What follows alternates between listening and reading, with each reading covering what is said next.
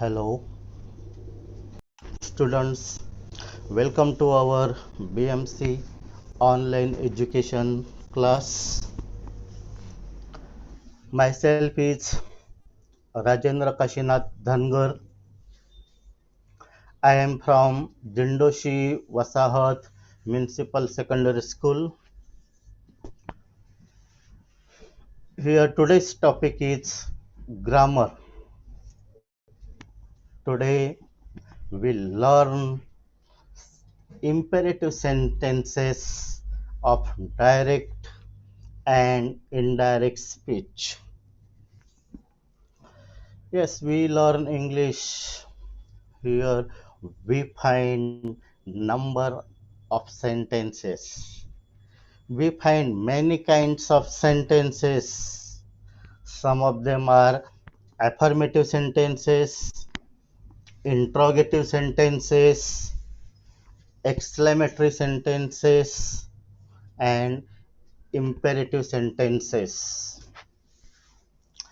This topic is very familiar to us. Direct आणि indirect, प्रत्यक्ष आणि अप्रत्यक्ष कथन हे आपणास माहितीच आहे, आपण पूर्वीपासून शिकतच आलेलो आहोत. But we are going to choose another part that is called imperative sentences. Before we learn this, we must know the basic rules and regulations of this topic. आपल्याला या पाठाचे जे काही मूळ नियम आहेत ते आपल्याला पाहणे आवश्यक आहे. प्रथम आपण हे पाहूया, डायरेक्ट स्पीच म्हणजेच काय. What is the meaning of direct speech? Direct speech is a sentence in which the exact words are spoken and produced in speech. Direct speech means actual words of speaker. अत्यंत सोप्या शब्दात सांगायचं म्हणजे प्रत्यक्ष कथन म्हणजे बोलणाऱ्या व्यक्तीने व्यक्त केलेले स्वतःचे शब्द, बोलणाऱ्या व्यक्तीचे शब्द जे आपल्याला अवतरण चिन्हामध्ये दिसून येतात, त्याला प्रत्यक्ष कथन. बोलणारी व्यक्ती स्वतःचा मेसेज शब्दाद्वारे व्यक्त करते, त्याला काय म्हटलं जातं? Direct speech. पुढे आपण बघूया indirect speech. Indirect speech is a speech which tells you what someone said but does not use the person's actual words. अप्रत्यक्ष कथन म्हणजेच काय? दुसऱ्या व्यक्तीने स्पीकर विषयी व्यक्त केलेले मत. Indirect speech means other person reacts on speaker's words or messages without changing its meaning. Very good. Direct indirect speech मध्ये कोणकोणते बदल अपेक्षित आहेत? साधं आणि सोपं. आपल्याला सहजासहजी 1 ते 2 गुण मिळू शकतात. बेसिक रूल्स असे आहेत. स्वल्पविराम, अवतरण चिन्ह आपल्याला काढायचं आहे. यूज दॅट कंजंक्शन, दॅट उभयान्वयी अव्यय आपल्याला रिपोर्टेड व्हर्बच्या पुढे वापरायचं आहे. आणि चेंज द टेन्स, आणि आपल्याला त्या वाक्याचा काळ बदलायचा आहे. थोडंसं आपण त्याची प्रस्तावना सुद्धा बघूया. Direct speech, indirect speech. प्रथम आपण एक वाक्य बघूया. He says I am a doctor. He says I am a doctor. Reported verb मध्ये सेज हे वर्तमान काळातील क्रियापद असल्यामुळे पुढील वाक्याचा काळ वर्तमान काळच राहील. विद्यार्थ्यांनो लक्ष दे. He says I am a doctor. या वाक्यामध्ये रिपोर्टेड व्हर्ब सेज आहे म्हणून पुढील वाक्याचा काळ तोच राहील. He says that he is a doctor. पुढे आणखी एक प्रकार आहे त्याच्यामध्ये युनिव्हर्सल ट्रूथ. आपण थोडक्यात काही वाक्य समजावून घेत आहोत. युनिव्हर्सल ट्रूथ त्रिकाल बाधित सत्य. कोणती अशी वाक्य आहेत जी युनिव्हर्सल ट्रूथशी संबंधित आहेत? For example, teacher sed the earth is round. शिक्षक म्हणाले पृथ्वी गोल आहे. हे सत्यच आहे. तिन्ही जगतामध्ये सर्वांना माहिती आहे पृथ्वी गोलच आहे. ती वाक्य तशीच राहणार. त्या वाक्यामध्ये फक्त दॅट अव्ययन्वयी अव्यय वापरून आपण वाक्य ती तशीच पुढे लिहू शकतो. कसं ते उत्तर येणार? Teacher said that the earth is round.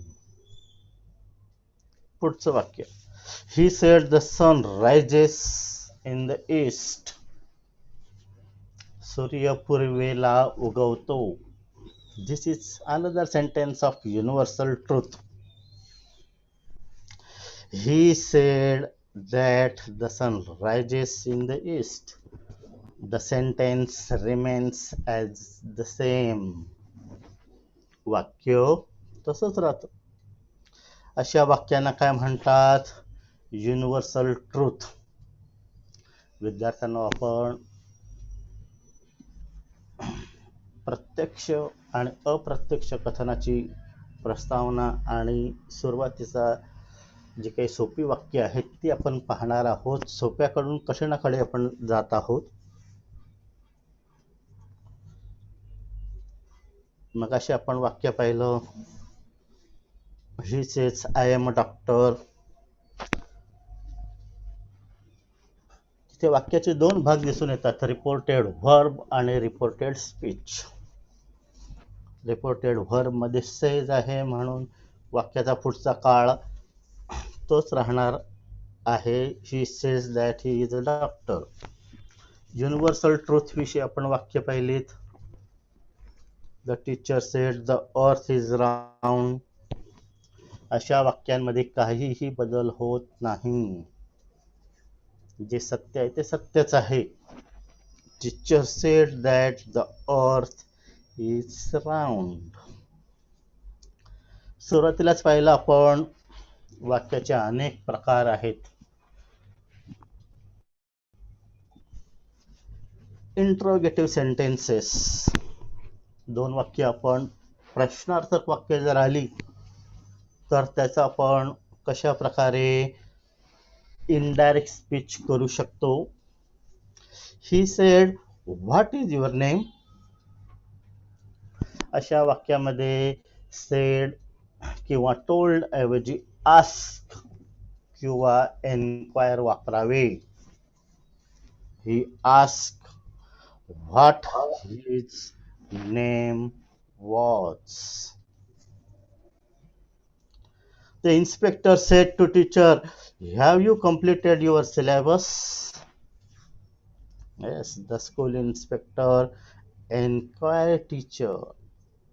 अवतरण चिन्हातील वाक्याचा अर्थ हो किंवा नाही येत असेल तर आपण इफ किंवा व्हेदर वापरायचा आहे. त्याऐवजी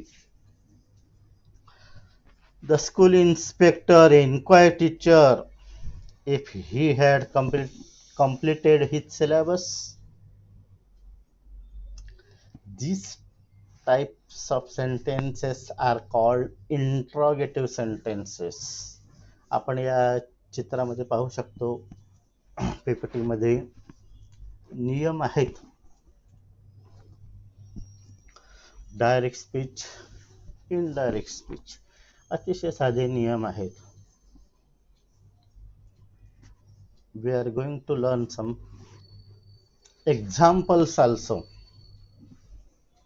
The first sentence, she said, I live in the village. The reported verb is she said. It remains same. She said तसंच राहतं. स्वल्पविराम चिन्ह आणि अवतरण चिन्ह काढून दॅट उभयान्वयी अव्यय इथे वापरलेला आहे. आयचा बदल शी झालेला आहे. लिव्ह या क्रियापदाचा भूतकाळ पुढे दिलेला आहे. Lived. The answer is she sed that she live in the village. मुलांनो, या वाक्यावरून पहिला नियम काय आपल्याला सांगता येईल? पहिला नियम सांगता येईल की साध्या वर्तमान काळाचे रूपांतर साध्या भूतकाळात होते. फक्त क्रियापदाकडे लक्ष दिलं की आपल्याला कळेल. लिव्हचं भूतकाळ इथे वापरलेला आहे, लिव्ड. बाकी नियम समान आहेत. दुसरं वाक्य आपण पाहूया. Look at another example. He said, I am going out. The answer is, he said that he was going out. This is the sentence of present continuous tense. अपूर्ण वर्तमान काळाचे वाक्य आहे. क्रिया ही सुरूच आहे आणि अशा परिस्थितीत अपूर्ण वर्तमान काळाचे रूपांतर अपूर्ण भूतकाळात होते. आयचा बदल ही झालेला आहे. एमचा बदल वॉज झालेला आहे. दॅट उभयान्वयी वाक्य वापरलेलं आहे. अवतरण चिन्ह आणि स्वल्पविराम काढून उत्तर आपल्याला सहजासहजी मिळू शकतं. He said that he was going out. The answer is in the past continuous tense. अपूर्ण भूतकाळामध्ये उत्तर येतं त्याचं. अतिशय सोपे सोपे. प्रथम वाक्य ओळखा कोणत्या काळामध्ये आहे, नियम वापरा आणि उत्तरे अचूक मिळवा आणि पैकीच्या पैकी गुण तुम्हाला इथे मिळू शकतात. थर्ड सेंटेन्स, तिसरं आपण वाक्य बघूया. वेगवेगळ्या काळातील वाक्य आहेत. Raj said, I have finished my work, for example.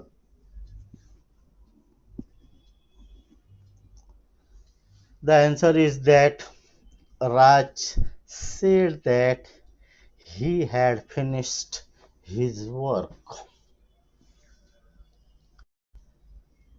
The reported verbs remain same. That conjunction is used. We have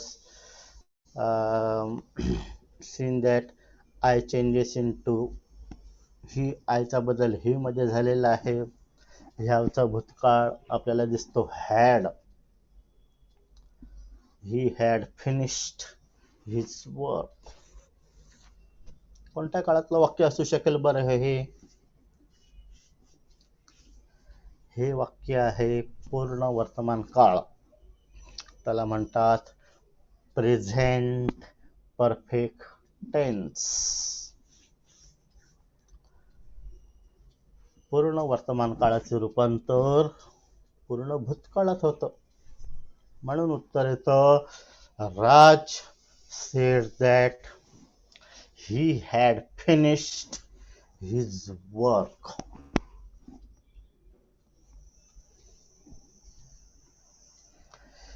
पुढे बघूया चौथा प्रकार. She said I have been studying. This is the sentence of present perfect continuous tense. चालू पूर्ण वर्तमान काळातील वाक्य आहे. Again, what changes do we see in the answer? All the changes are same.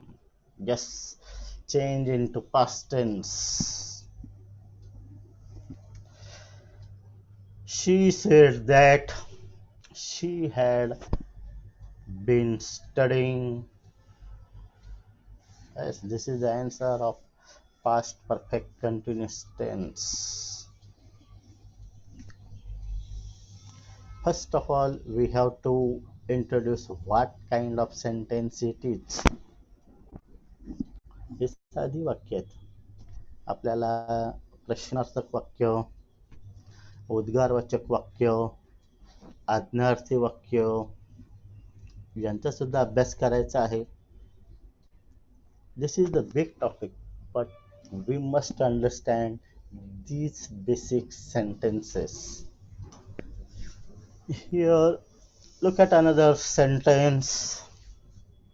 He said, I arrived before you. Look at the verb. There is ed suffix is given. साध्या भूतकाळातील वाक्य आहे. साध्या भूतकाळाचं रूपांतर पूर्ण भूतकाळामध्ये होतं.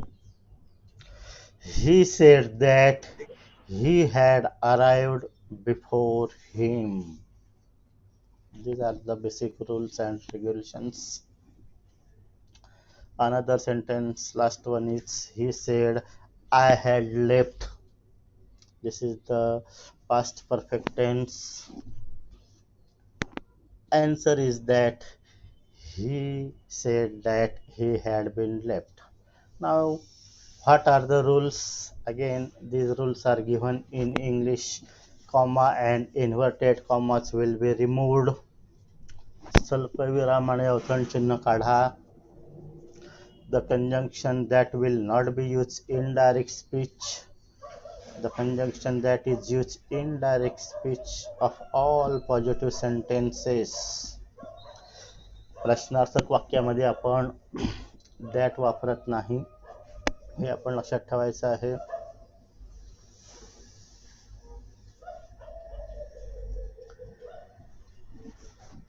आज्ञार्थी वाक्यामध्ये आपण that ऐवजी to वापरतो. प्रश्नार्थक वाक्यामध्ये ask किंवा inquire वापरलं जातं. Next, in indirect speech, the question sentence will be expressed in assertive form instead of interrogative form. प्रश्नार्थक वाक्य असतील तर त्याचं उत्तर साधं विधानार्थी वाक्यामध्ये आपणाला लिहायचं आहे. Question mark will not be used in indirect speech of interrogative sentences. अप्रत्यक्ष कथनामध्ये उत्तरामध्ये आपल्याला प्रश्नचिन्ह, उद्गार चिन्ह लिहायचे नाहीत. The verb such as say or tell in indirect speech is replaced with verbs such as ask or inquire. प्रश्नार्थक वाक्यामध्ये reporting verb से किंवा टेल ऐवजी काय वापरायचं आपल्याला, आस्क किंवा एन्क्वायर. मग असे आपण वाक्य पाहिले. He said, what is your name? Said ऐवजी काय वापरायचं, ask. He asked what his name was. आपण दुसरं वाक्य पाहिलं होतं. The school inspector said to teacher, have you completed your syllabus? The school inspector inquired teacher if he had completed his syllabus. if किंवा whether वापरून आपण अशी वाक्य करू शकतो. आजच्या आपल्या पाठाचं वैशिष्ट्य हे आहे की आपल्याला आज्ञार्थी वाक्य शिकायची आहेत. इम्पेरेटिव्ह सेंटेन्सेस ही वाक्य आपल्या ए प्ले आपल्या इंग्रजीच्या पुस्तकामध्ये एक नाटक दिलेलं आहे. अ प्ले. प्ले म्हणजेच नाटक, drama. We find number of imperative sentences in this lesson. A play या पाठामध्ये आज्ञार्थी वाक्य आपल्याला बऱ्याच प्रमाणात अभ्यासलेली आपण आहेतच. त्याच्याविषयी आपण अधिक माहिती मिळवूया. आज्ञार्थी वाक्य म्हणजेच काय? आज्ञार्थी वाक्य म्हणजे एकाने दुसऱ्याला केलेली आज्ञा. एका व्यक्तीने दुसऱ्याला केलेली आज्ञा, त्याला आपण कमांड म्हणतो. एका व्यक्तीने दुसऱ्या व्यक्तीला केलेली विनंती, विनंतीवजा वाक्य म्हणतो. ॲडव्हाइस, एका व्यक्तीने दुसऱ्या व्यक्तीला दिलेला उपदेश किंवा सल्ला. आता सल्ला कसा देऊ शकतो? For example, a doctor said patient take care. डॉक्टरने रोग्याला सांगितलेलं आहे की काळजी घ्या. मग इथे सल्ला देतोय. वैद्य रोग्याला काय करतोय? सल्ला देतोय, उपदेश देतोय. Doctor advise patient to. त्याऐवजी काय वापरायचं आपल्याला इथे? TO, to take care. इथे काही कमांडचं वाक्य आहे. Open the door, please help me. रिक्वेस्टचं वाक्य आहे, विनंती वाक्य आहे. ओपन द डोअर आज्ञा दिलेली आहे. कमांडचं वाक्य आहे क्विट स्मोकिंग. एखादा धूम्रपान करत असेल तर आपण त्याला समजावू शकतो, सल्ला देऊ शकतो, उपदेश देऊ शकतो. To quit smoking. कमांड आज्ञा आहे don't make a noise. Teacher commanded students not to make a noise in the class. These sentences are very simple. First of all, look at the meaning of the sentence. वाक्याचा अर्थ आपण जर थोडासा समजून घेतला तर लगेच आपल्याला कोणत्या प्रकारचं रिपोर्टिंग वर्ब वापरायचं आहे हे कळून येतं. याच्यामध्ये दुसरं सुद्धा आपण वाक्य ऍड करू शकतो. A beggar said give me 1 rupee. एखादा भिकारी याचना करतोय की मला 1 रुपया भिक्षा द्या. मग याच्यामध्ये आपण असं उत्तर लिहू शकतो रिपोर्टेड वर्ब मध्ये, a beggar begged me. A beggar begged me to give him 1 rupee. A beggar begged me to give him 1 rupee. आज्ञार्थी वाक्य अतिशय सोपी आहेत. These sentences are very simple. काही आपण आणखी सराव बघूया.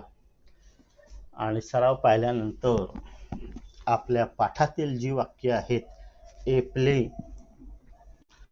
या पाठातील आज्ञार्थी वाक्याचा आपण सराव करणार आहोत. इम्पेरेटिव्ह सेंटेन्सेस, आज्ञार्थी वाक्य.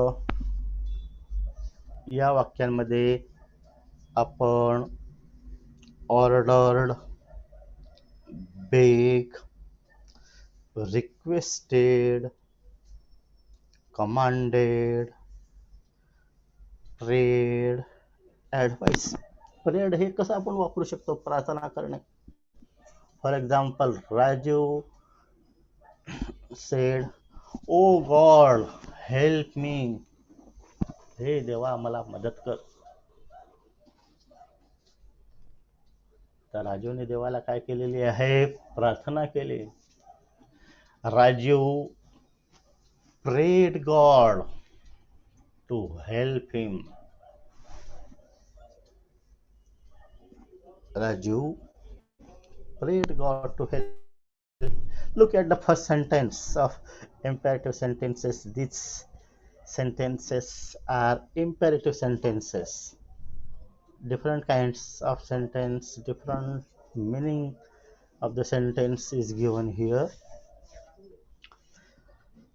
A direct speech. Look at the first sentence. She said to me, please help me.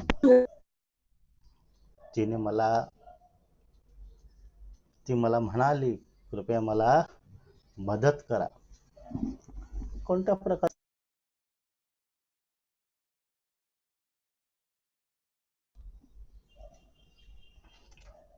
आज्ञा येईल की ते विनंती येईल? बघा, इनडायरेक्ट स्पीच मध्ये काय येणार? She requested me to help her. इथे विनंती वाक्यामध्ये आपल्याला काय लिहायचं? इथे रिक्वेस्ट, हे रिपोर्टेड व्हर्ब वापरायचं आपल्याला. शी रिक्वेस्टेड मी, दॅट ऐवजी का वापरायचं आपल्याला? टू. आज्ञार्थी वाक्यामध्ये आपण टू हे उभयान्वयी वापरतो. उत्तर बघा कसं आलं? विनंती वाक्य उत्तर आहे. She requested me to help her. बघा पुढचं वाक्य. Teacher said to him, do not waste your time. शिक्षक विद्यार्थ्याला म्हणाले, वेळ वाया घालू नकोस, प्रत्येक मिनिट महत्वाचा आहे. टाइम इज मनी. वेळ हा पैशासारखा आहे. म्हणून या वाक्याचा अर्थ लक्षात घेतला तर शिक्षकाने विद्यार्थ्याला सल्ला दिलेला आहे, उपदेश दिलेला आहे. मग काय उत्तर आपण कसं लिहिता येईल आपल्याला? उपदेश किंवा सल्ला द्यायचा असेल तर काय वापरायचं? Advised. Teacher advised him not to waste his time. Teacher advised him not to waste his time. पुढचं वाक्य बघा, विनंती वाक्य आहे. एका व्यक्तीने दुसऱ्या व्यक्तीला केलेली विनंती. रिपोर्टेड व्हर्ब मध्ये आपल्याला रिक्वेस्टेड वापरावं लागेल. पुढे बघूया. He said to her, please lend me your camera for one day. त्याने तिला विनंती केली की तुमचा कॅमेरा आहे, मला एका दिवसासाठी द्या, पुसना द्या, एका दिवसासाठी कॅमेरा द्या, अशी विनंती केलेली आहे. विनंती वाक्य म्हणून आपल्याला काय वापरायचं? ते पुढे रिक्वेस्टेड. रिपोर्टेड व्हर्ब मध्ये आपण कसं उत्तर लिहू शकतो? ही रिक्वेस्टेड हर. पुढे स्वल्पविराम अवतरण चिन्ह काढून टाकतो आपण. काढायचं आहे आपल्याला. टू उभयान्वयी अव्यय वापरायचा आहे.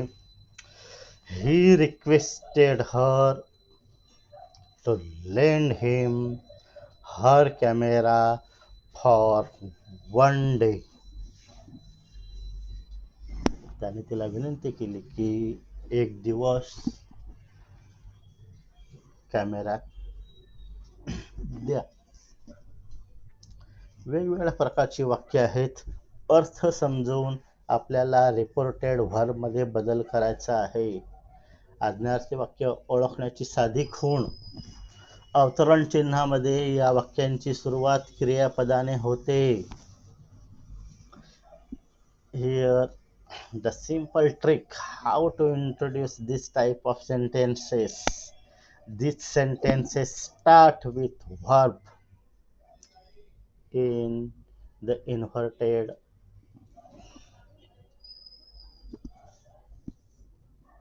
sentences. अवतरण चिन्हामध्ये या वाक्याची सुरुवात क्रियापदाने होते. ही आज्ञार्थी वाक्य ओळखण्याची साधी आणि सोपी खूण. The sentences start with the verb. Now look at the last sentence. Direct speech. Doctor said to him. Him means patient. Doctor said to him, avoid unhealthy food. Doctor रोग्याला म्हणाला की जे काही अनहेल्दी फूड आहे, शेळे अन्न खाऊ नका. फॉर एक्झाम्पल, सल्ला देतोय. डॉक्टर रोग्याला सल्ला उपदेश करतायत. कसं उत्तर लिहिता येईल आपल्याला? पुन्हा बघूया आपण. रिपोर्टेड वर्ब मध्ये काय वापरणार आपण? Advised. Doctor advise patient to avoid unhealthy food. इथे लिहिलेलं आहे, doctor advise him to avoid unhealthy food. जर आपण सर्व वाक्यांचा विचार केला तर आपल्याला असं दिसून येतं की वाक्याचा अर्थ जर आपण पाहिला तर आपण सहज ही वाक्य लिहू शकतो. रिक्वेस्ट विनंती असेल तर आपण लिहू शकतो. ॲडव्हाइस उपदेश असेल तर लिहू शकतो. बेग कोणी याचना केली तर त्याविषयी आपण वापरू शकतो. एखादा राजा असेल, राजा सैनिकाला आज्ञा करतो. Commands the king order to seize him, to seize the culprit. अपराधाला पकडा. राजाने सैनिकांना आज्ञा केली, अपराधाला जो दोषी व्यक्ती आहे, दोषी व्यक्तीला पकडा. The king commanded soldiers to seize the culprit. Seize म्हणजे पकडणे, ताब्यात घेणे. अतिशय साधी वाक्य आहेत, सोपी वाक्य आहेत. सहज आपण उत्तरे लिहू शकतो आणि आपल्याला गुण तेवढेच चांगल्या रीतीने मिळू शकतात. वाक्याचा काळ ओळखा, नियम वापरा, उत्तरे अचूक मिळवा आणि पैकीच्या पैकी गुण मिळवा. हेच आपल्याला इथून साध्य होतं, पाहायचं आहे. जर आपण सर्व गोष्टींचा अतिशय बारकाईने विचार केला तर आपल्याला आपल्या पुस्तकातील हा पाठ आहे, अ play. We find number of imperative sentences in this lesson. आपल्याला या पाठामध्ये अनेक आज्ञार्थी वाक्य दिसून येतात. आपल्या शिक्षकांनी त्यांचा अभ्यासही करून आपल्याकडून घेतला असेल. बघूया आपण आज्ञार्थी वाक्य ए प्ले या पाठातील. The king sed soldier, bring the moneylender's daughter here. राजाने सैनिकांना आज्ञा केली की जो पैसे देणाऱ्या ची मुलगी आहे तिला घेऊन या. ते काय आपण वापरायचं आहे बघा, रिपोर्टेड वर्ब मध्ये राजा सैनिकाला काय करतोय? आज्ञा देतोय. Command. The king commanded soldier. स्वल्पविराम अवतरण चिन्ह काढायचं आहे आपल्याला तिथे, त्याच्याऐवजी टू उभ्यान्वयी अव्यय आपल्याला लिहायचं आहे. The king commanded soldier to bring the moneylender's daughter there. Very simple sentence. Number of sentences are given in our textbook while reading our lessons. Here we come to know interrogative sentences, affirmative sentences, exclamatory sentences, as well as imperative sentences. These are the various kinds of sentences. Now look at the next sentence. These sentences are called imperative. And what is the trick that I have told you? The trick is that these sentences start with verb. अवतरण चिन्हामध्ये या वाक्यांची सुरुवात क्रियापदाने होते. आता इथे आपण बघूया bring, do, पुन्हा bring, do, give, ही अशी सर्व क्रियापदे आहेत. या क्रियापदांची सुरुवात कशाने झालेली? क्रियापदाने वाक्याची सुरुवात झालेली आहे, म्हणून या वाक्यांना आज्ञार्थी वाक्य म्हणतात. बघूया second sentence. The mortar maker said king, please do not hang me to death. त्या मॉर्टर मेकरने राजाला विनंती केलेली आहे की मला फासावर देऊ नका, मला फासावर लटकवू नका. विनंती केलेली आहे म्हणून आता रिपोर्टेड व्हर्ब मध्ये काय वापरता येईल? रिक्वेस्टेड. कोणता आपल्याला इथे रिपोर्टेड व्हर्ब वापरायचा आहे? Requested. The mortar maker requested king. The mortar maker requested king not to hang him to death. पुन्हा उत्तर बघूया.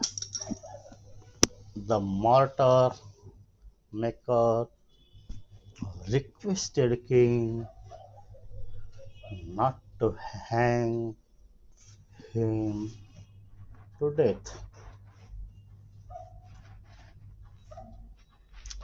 Again, look at the third sentence. There are number of sentences. आपल्याला या पाठामध्ये अनेक उदाहरणे आढळून येतील. राजा विविध लोकांना आज्ञा देत आहे, कारण कोणीही दोष कबूल करत नाही आणि दोष कबूल करून घेण्यासाठी राजा विविध लोकांना बोलावत आहे, चौकशी करत आहे. The king said, third sentence, the king said, guard, bring the careless bricklayer immediately. राजाने आपल्या पहारेकऱ्याला आज्ञा केली, ब्रिकलेअर गवंड्याला ताबडतोब बोलवा. निष्काळजी जो काही व्यक्ती आहे त्याला ताबडतोब बोलवा. पुन्हा राजा आज्ञा करतोय पहारेकऱ्याला. The king commanded guard. स्वल्पविराम चिन्ह काढून तिथे टू वापरायचं आहे.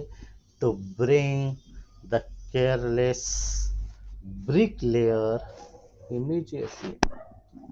Very simple sentence. Just apply the rules. Go ahead. The king commanded guard to bring the careless bricklayer immediately. Again, look at the fourth sentence. The bricklayer said, king, Don't send me to the gallows. मला फासावर लटकवू नका. इथे तो गवंडी राजाला विनंती करतोय. The bricklayer requested king not to send him to the gallows. The bricklayer requested king not to send him to the gallows.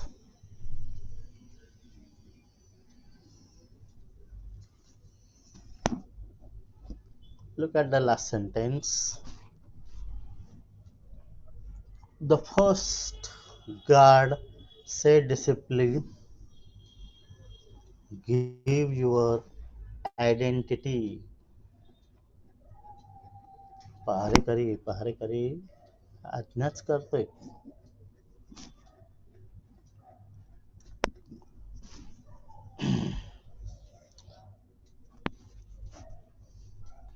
The first guard ordered discipline to give him his identity. The first guard ordered discipline to give him his identity. We find number of sentences in our textbook. Another sentence is that a doctor said to patient, take your medicines regularly. डॉक्टरने रोग्याला सल्ला केलेला आहे की दररोजची औषधे वेळेवर घ्या. सल्ला देणे, उपदेश देणे. The doctor advised patient to take their medicines regularly. The doctor advised patient to take their medicines regularly or on time. Another sentence in our class. Here we need some things. We requested our friends to help me. We requested our friends to give me their book, their pencil, their pen, whatever you need. You request your friend. For example, Raju said to Meena, give me your pen. Raju said Meena. Raju मीनाला म्हणाला, give me your pen. राजूला pen पाहिजे म्हणून त्याने तिला काय केलेली, विनंती केलेली. Raju requested Meena to give him her pen. Very very simple. Just use this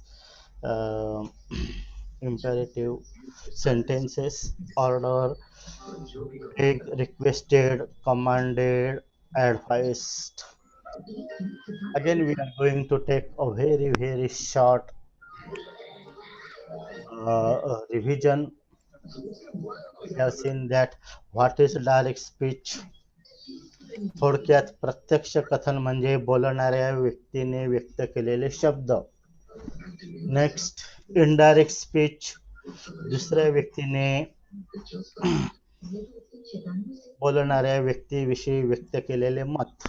हे विधानाचे अर्थ न बदलता दुसऱ्या व्यक्तीने व्यक्त केलेले मत. वर्तमान काळाचं रूपांतर भूतकाळामध्ये होते. We have seen these changes. We must remember these changes very well. साधे सोपे नियम आहेत. स्वल्पविराम आणि अवतरण चिन्ह काढा, दॅट वापरा, काळाचा बदल करा आणि तुम्हाला इथे उत्तर मिळणारच आहेत.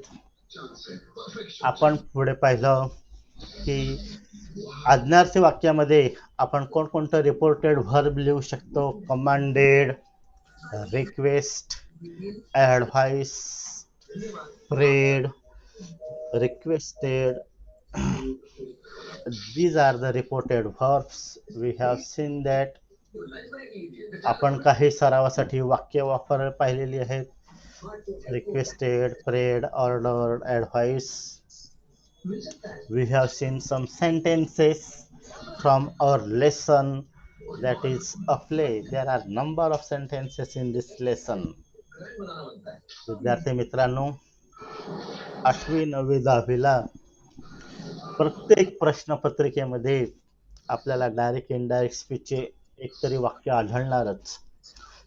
हेच वाक्य आपल्याला पंक्च्युएशन, विरामचिन्हे वापरा, तिथे सुद्धा पाहायला मिळणार आहे. कमीत कमी तुम्हाला 2 गुण आहेत.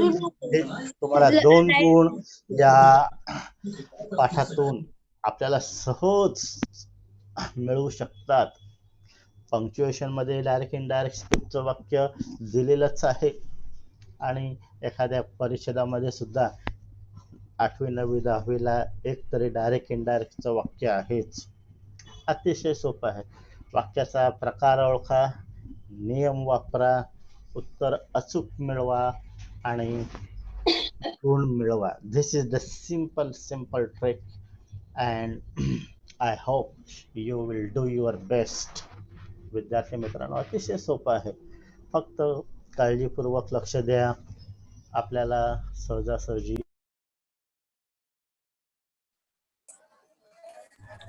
Thanks for today's topic. आणि विद्यार्थी मित्रांनो, हे जे काही आपलं बृहन्मुंबई महानगरपालिकेचे आभासी वर्ग आहेत, ऑनलाईन चॅनलला सबस्क्राईब करा. अतिशय हुशार, तज्ज्ञ, अनुभवी सर्व शिक्षकांचे अभ्यासावर आधारित व्हिडिओ पहा. चॅनलला सबस्क्राईब करा आणि आपल्या ज्ञानामध्ये भर घाला. जरी कोरोनापासून शाळा जरी बंद असली तरी आपलं निरंतर शिक्षण हे सुरूच राहील. थँक्यू.